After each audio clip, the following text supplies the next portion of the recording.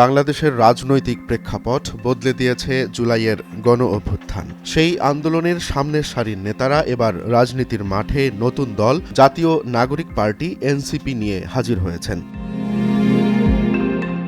NCP দাবি করছে তারা সেকেন্ড রিপাবলিক প্রতিষ্ঠা করবে, গণপরিষদ নির্বাচন দিয়ে রচনা করবে নতুন সংবিধান। কিন্তু প্রশ্ন হলো, দেশের রাজনীতিতে এত মধ্যপন্থী দলের ভিড়ে এনসিপি কতটা জায়গা করে নিতে পারবে?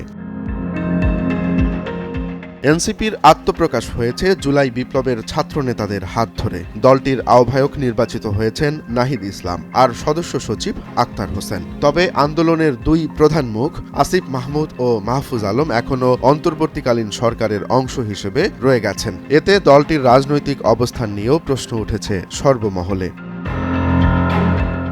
ঢাকা বিশ্ববিদ্যালয়ের অধ্যাপক জোবাইদা নাসরিন বলেছেন, এনসিপি কি আদর্শগত মধ্যপন্থী দল নাকি কৌশলগতভাবে এই অবস্থান নিয়েছে তা এখনও স্পষ্ট নয়।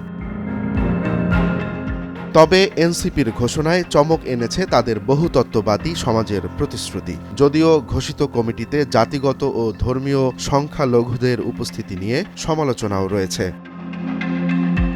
রাজনীতি বিশ্লেষকরা বলছেন, বিএনপি আওয়ামী লীগের বাইরে নতুন রাজনৈতিক শক্তির জায়গা তৈরি মোটেই সহজ কোনো কাজ নয়। মধ্যপন্থী দলগুলোর অতীতের দিকে তাকালে দেখা যায় তারা খুব একটা সুবিধা করতে পারেনি বা সোজা কথায় টিকতে পারেনি। এনসিপিও কি সেই পথেই হাঁটবে নাকি বদলে দেবে বাংলাদেশের রাজনীতির সমীকরণ? উত্তর হয়তো আগামী দিনগুলোতেই পাওয়া যাবে। সেকেন্ড রিপাবলিকের ডাক, নতুন সংবিধানের প্রতিশ্রুতি, নতুন রাজনৈতিক বাস্তবতায় এনসিপির অবস্থান কি হবে তা জানতে আগ্রহী সবাই। এনসিপির এই যাত্রা কি শুধু নতুন একটি রাজনৈতিক দলের আত্মপ্রকাশ নাকি বাংলাদেশের রাজনীতিতে নতুন আরেকটি অধ্যায়ের সূচনা? রোমান্স তালুকদার, নয়া দিগন্ত।